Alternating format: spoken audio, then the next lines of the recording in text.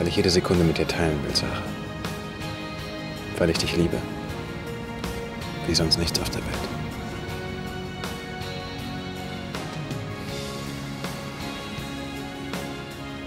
Ja, ich freue mich auch sehr, in meine alte Heimat zurückzukehren. Ihr Name ist, wenn ich fragen darf? Das ist Ludwig von Lahnsteins Sohn. Sebastian von Lahnstein.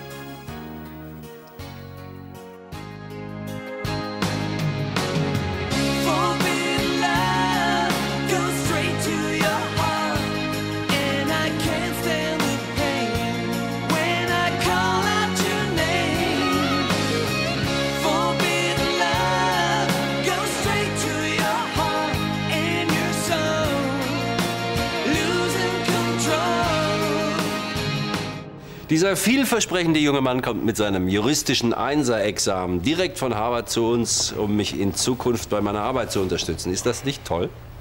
Harvard? Wow. Hat er nicht auch mit Dame studiert? Unter anderem. Ist das eigentlich kein Problem für Sie, dass er ein von Lahnstein ist? Sagen wir mal, das ist kein Hinderungsgrund. Sein Vater und ich, wir waren dicke Freunde. Ludwig war der ältere Bruder von Johannes. Allerdings hat er sich vor seinem Tod mit der Familie überworfen. Ach so. Machen Sie uns bitte einen Kaffee. Wie nimmst du ihn? Oh, sehr stark, sehr heiß. Viel Milch, viel Zucker. Genau so trinke ich ihn auch.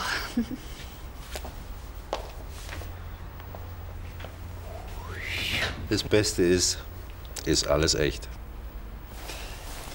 Schön, dass du da bist. Ich war mir gar nicht sicher, ob du wirklich kommen würdest. So ein Angebot schlägt man noch nicht aus. Auf der Uni haben mich alle darum beneidet. Naja, mit deinem Abschluss hättest du doch überall hingehen können. Ach, was soll ich woanders? Für mich war immer klar, dass ich eines Tages zurückkommen würde. Und dass du hier quasi im Schatten von Königsbrunn lebst, ist kein Problem. Die Leute auf dem Schloss sind schon lang für mich gestorben. Daran wird sich auch in Zukunft nichts ändern. Weißt du was, wir gehen irgendwo einen Happen essen und du erzählst mir, was du in den letzten Jahren so getrieben hast. Oh, gute Idee.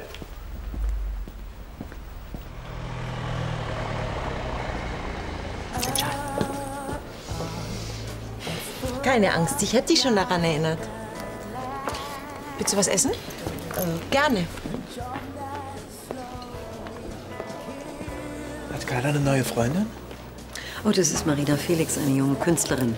Sie stellt morgen bei der Charity-Auktion einige ihrer Bilder zur Verfügung. Gehst du hin? Ich werde mich wohl mal kurz blicken lassen müssen, obwohl ich immer noch keinen gesteigerten Wert darauf lege, Elisabeth und Johannes zu begegnen. Hallo, Frau Schneider, ich brauche einen Tisch für 2 Personen. Ja, Olli, Tisch 5 ist frei. Wenn Sie mir folgen würden. Frau von Lahnstein, nehmen Sie den Zander, da machen Sie nichts verkehrt. Ich nehme den Krabbencocktail und du?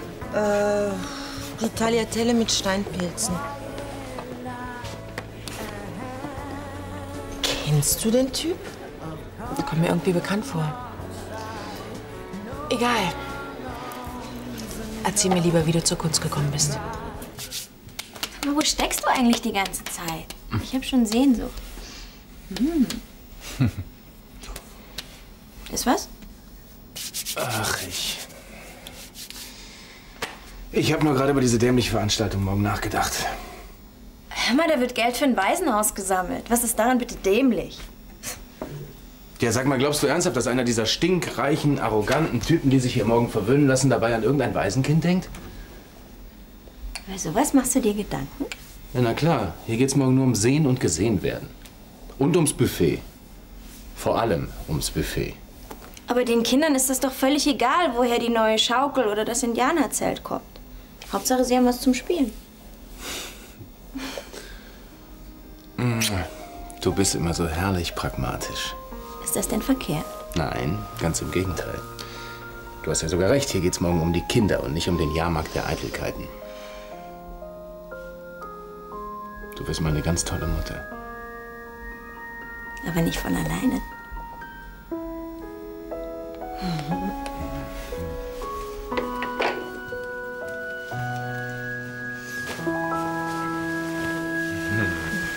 Du wirst dich hinlegen und dich schonen. Das ist ein Befehl. Ah. So. Dabei müsste ich mir eigentlich gar keine Sorgen machen.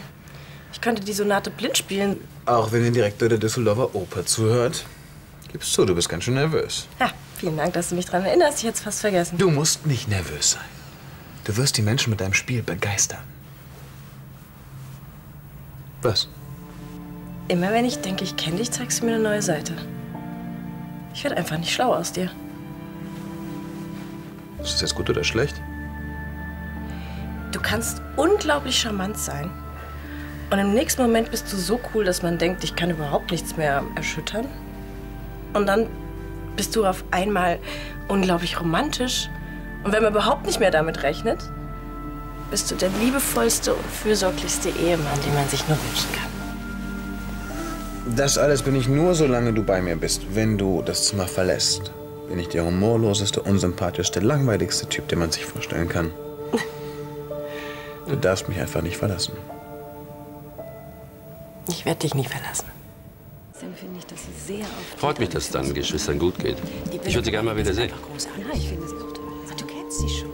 Was meinst du, lässt sich das einrichten? Was? Ja, sicher. Ich red mal mit ihnen. Ist nicht schön, wenn einen die eigene Cousine nicht wiedererkennt, was?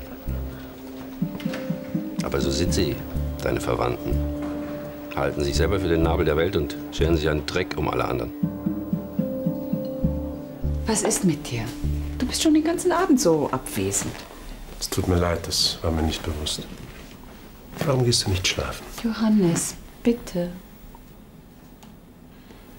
Seit Inghard meinen Bruder erwähnt hat, geht er mir nicht mehr aus dem Kopf. Wieso? Was beschäftigt dich so? Ludwig war der ältere von uns beiden.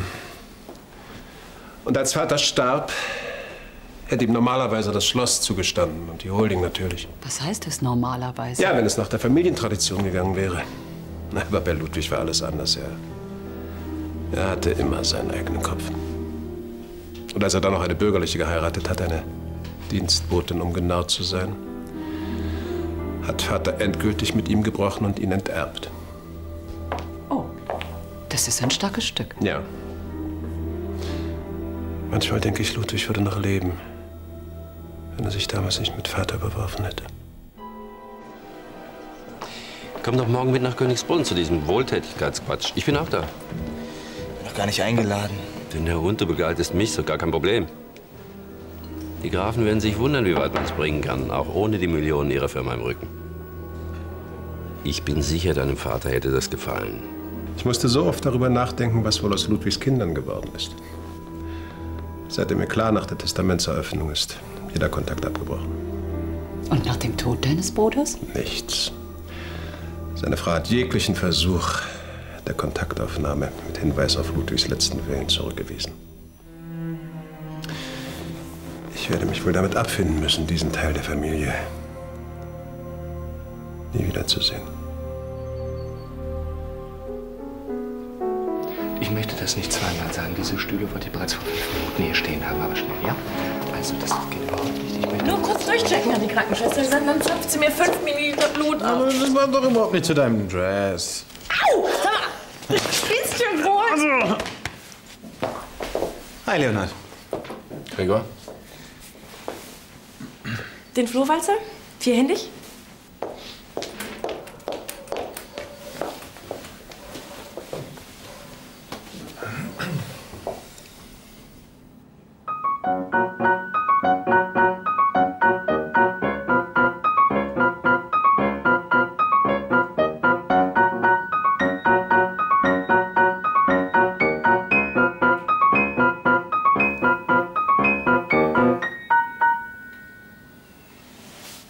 Ich glaube, ich gehe mal besser Champagner holen.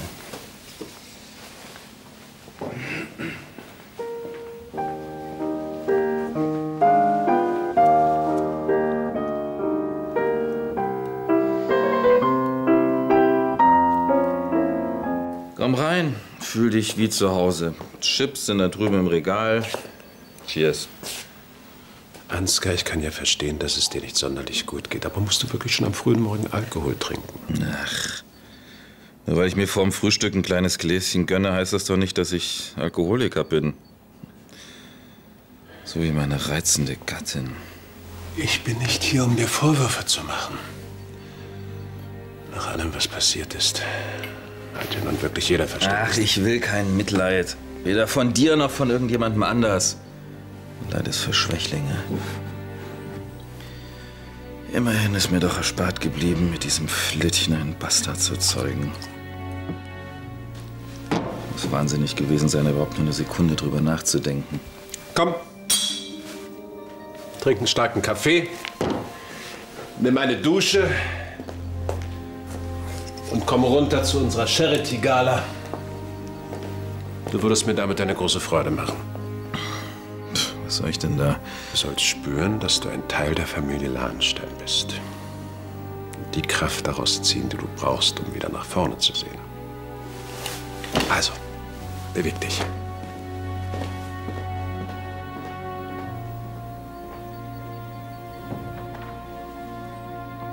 Na dann, schießen Sie los. Was wollen Sie wissen? Zum Beispiel, wie man sich so fühlt als frisch gebackene Gräfin von Lahnstein an der Seite eines so charmanten Mannes. Wie im Märchen. Manchmal muss ich mich kneifen, weil ich Angst habe, dieser Traum hört auf. Ja, das geht mir natürlich ganz genauso. Jana ist die wunderbarste Frau auf der ganzen Welt. So soll's sein. Und ist denn schon Nachwuchs in Sicht? Noch nicht. Aber wir beide wünschen uns sehr einen kleinen Grafen. Wahlweise natürlich auch eine kleine Gräfin. Oder Zwillinge. Ach stimmt ja, das liegt bei dir in der Familie, hatte ich ganz vergessen. Ach, kommen Sie ruhig dazu, wir beißen nicht. Hallo. Hallo, Gregor. Hallo, Sarah. Hey. Wir stören doch aber nicht. Sagen Sie, Sie vier sind doch befreundet. Hm? Warum haben Sie eigentlich nicht am selben Tag geheiratet? So eine Doppelhochzeit, das wäre doch ein unvergessliches Ereignis gewesen.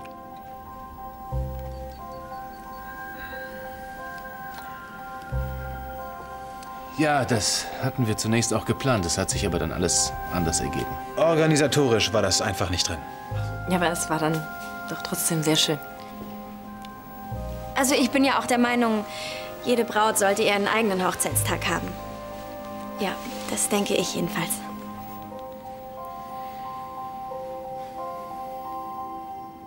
Guten Tag, hallo.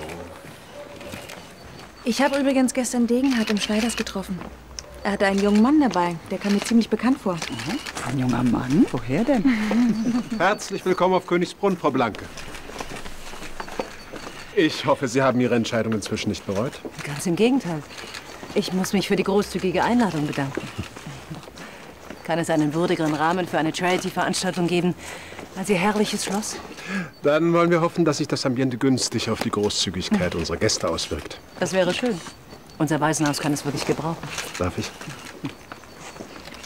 Marina, hallo.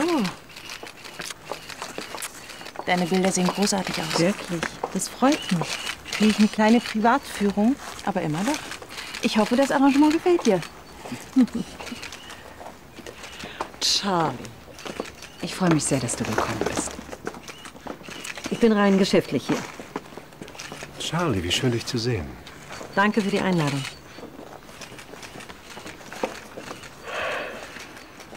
Immerhin hat sie den Weg hierher gefunden. Das ist doch schon mal ein Schritt. Tja, wenn man's nimmt. Wir sollten uns um die Gäste kümmern. Komm.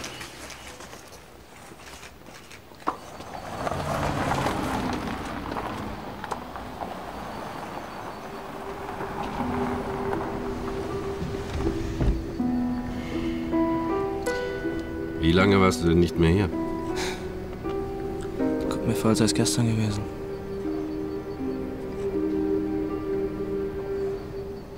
So, dann danke ich für das Interview. Auch wenn ich mir ja in manchen Punkten etwas mehr Offenheit gewünscht hätte. Seien Sie doch ganz einfach froh, dass Sie überhaupt einen Termin bekommen haben. Wundert mich, dass er uns nicht über unsere Sexualpraktiken ausgequetscht hat. Naja. Die Gäste sind jetzt vollzählig und warten im Salon. Danke, Justus. Willkommen. Gratuliere. Du warst sehr souverän. Danke. Gregor war aber auch nicht schlecht. Sag mal, kann es sein, dass er dir ein bisschen imponieren wollte? Ich weiß nicht. Vielleicht, kann sein. Gregor ist toll. Er gibt mir so viel. Ja, das geht mir mit Jana genauso. Es war richtig, dass wir nicht, also nach diesem Kuss, Dass wir nicht weitergemacht haben? Wir haben beide wunderbare Partner. Damit hätten wir alles kaputt gemacht.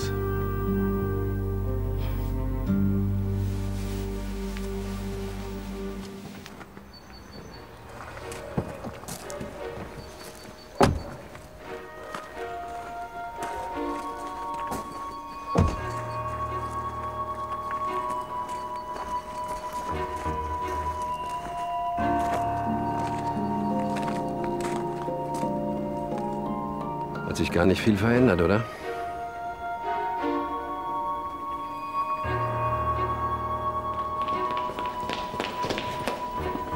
Nachts fängt er manchmal an zu bluten. Haha, Eisen kann gar nicht bluten. Nicht die Rüstung, der Ritter in der Rüstung. Leonard, du bist so blöd, als ob da einer drin ist. Pass auf, was du sagst. Er ist ziemlich schnell beleidigt. Siehst du? Komm, Sebastian, ich zeig dir den Keller. Da wohnen echte Schlossgespenster. Weiß ich, dass du Vater gegen mich aufgehetzt hast? Das habe ich nicht. Es war seine eigene Entscheidung. Was ist nur aus dir geworden, Johannes? Ein rücksichtsloser Egoist, der über Leichen geht. Sei vernünftig, Ludwig. Wir werden eine Lösung finden. Na halt dein Schloss! Ich will es nicht! Ich werde nie wieder einen Fuß in dieses Rattenloch setzen.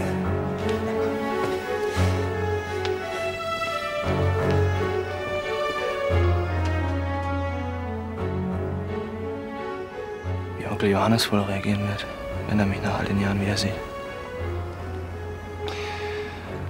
Du bist der Einzige, der das herausfinden kann.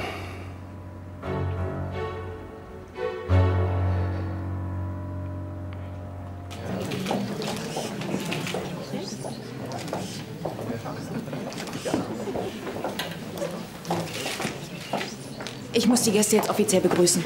Macht es da nicht dein Vater? Ach, die unangenehmen Aufgaben überlässt er gerne mir.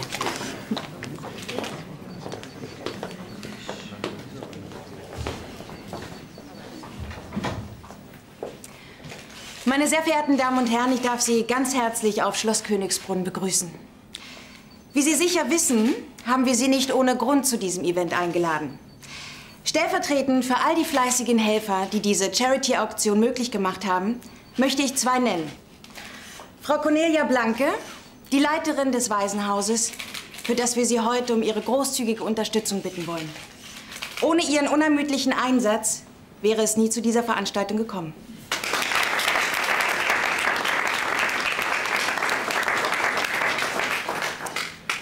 Und Frau Marina Felix, eine junge Künstlerin, die freundlicherweise einige ihrer schönsten Bilder zur Verfügung gestellt hat. 1000 Dank dafür.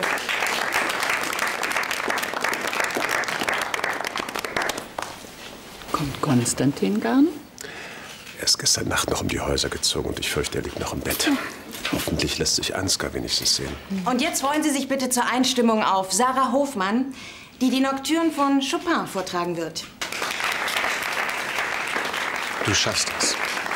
Ist gut. Okay.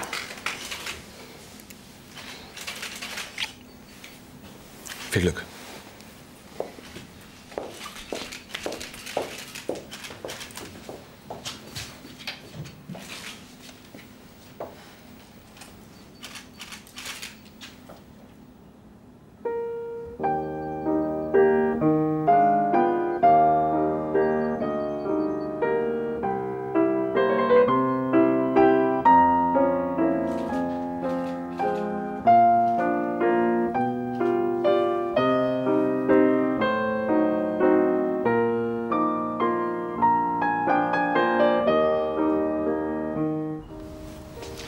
Ich finde es sehr mutig von dir, hier einfach so aufzukreuzen.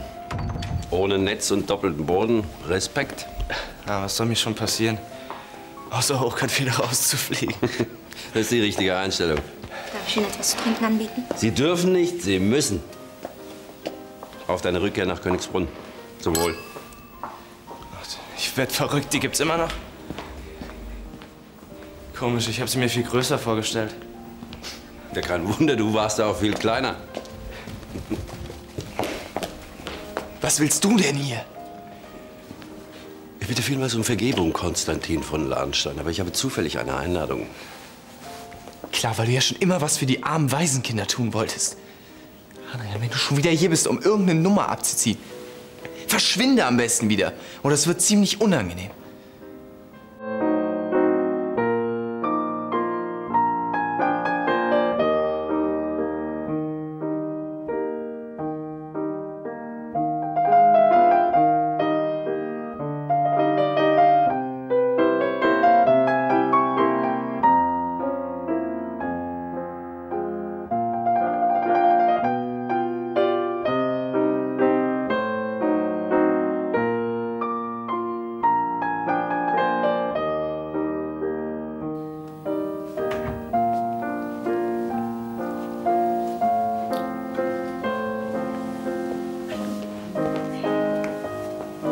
Ist da.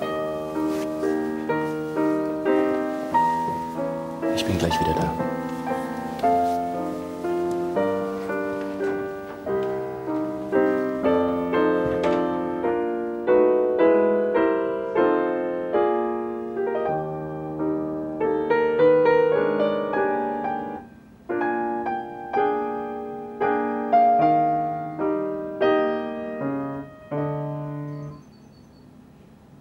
Was fällt Ihnen ein, sich hier auf dem Schloss rumzuschleichen, ne? Das ist Hausfriedensbruch. Ich könnte Sie anzeigen. Immer mit der Ruhe. Also erstens... Verlassen Sie auf der Stelle das Schloss oder ich rufe den Sicherheitsdienst. Darf ich auch mal was sagen? Nein, dürfen Sie nicht. Aber das Ganze ist nur ein dummes kleines... Also gut, wie Sie wollen. Ja, Leonhard von Lahnstein, kommen Sie bitte sofort ins Esszimmer. Einen Augenblick. Was, Sie haben eine Einladung? Aber natürlich. Ich kann mich nicht erinnern, Sie auf der Gästeliste gesehen zu haben. Es handelt sich um eine persönliche Einladung von Frau Blanke. Reserviert für einen kleinen Kreis von Gönnern, die das Waisenhaus bereits im Vorfeld mit einer großzügigen Spende bedacht haben. Herzlich willkommen auf Königsbrunn.